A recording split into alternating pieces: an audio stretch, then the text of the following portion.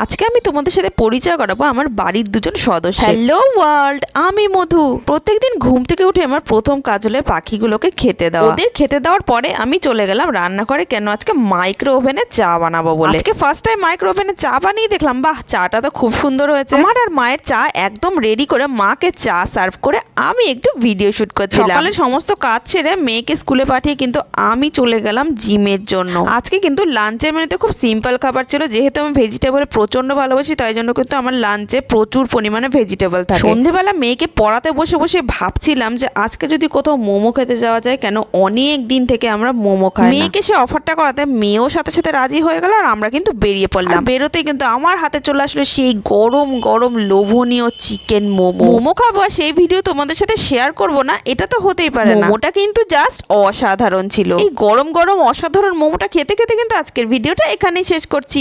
By.